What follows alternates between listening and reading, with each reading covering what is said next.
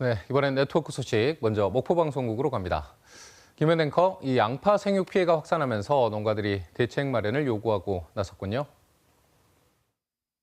수확을 앞둔 양파가 말라 죽는 등 피해가 확산하고 있습니다.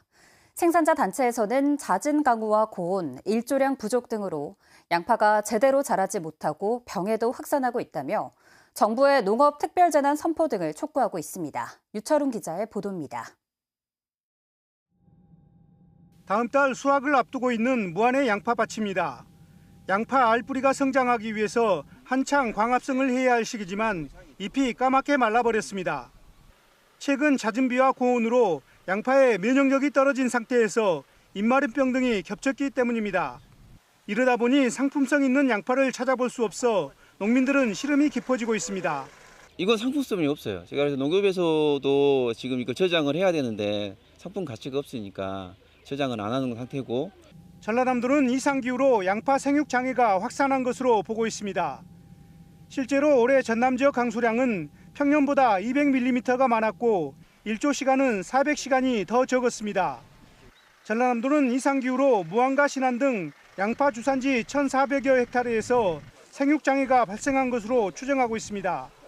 또 수확량은 26%쯤 감소할 것으로 예상하고 있습니다.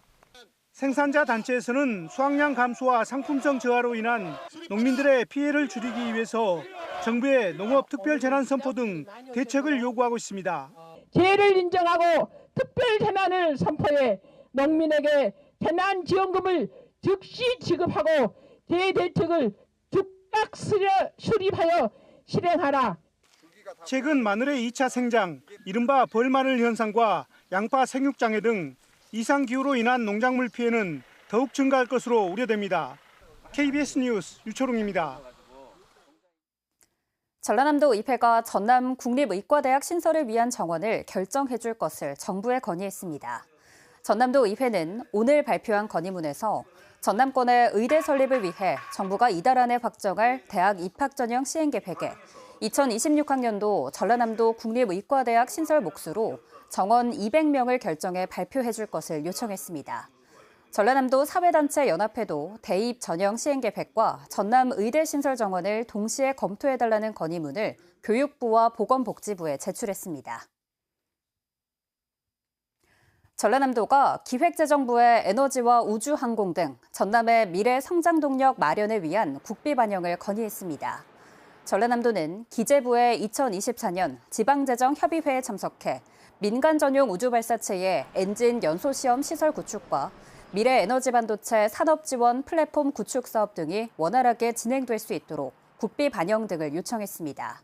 또 영암 광주 초고속도로와 고흥 광주 고속도로의 국가계획 반영 등도 건의했습니다.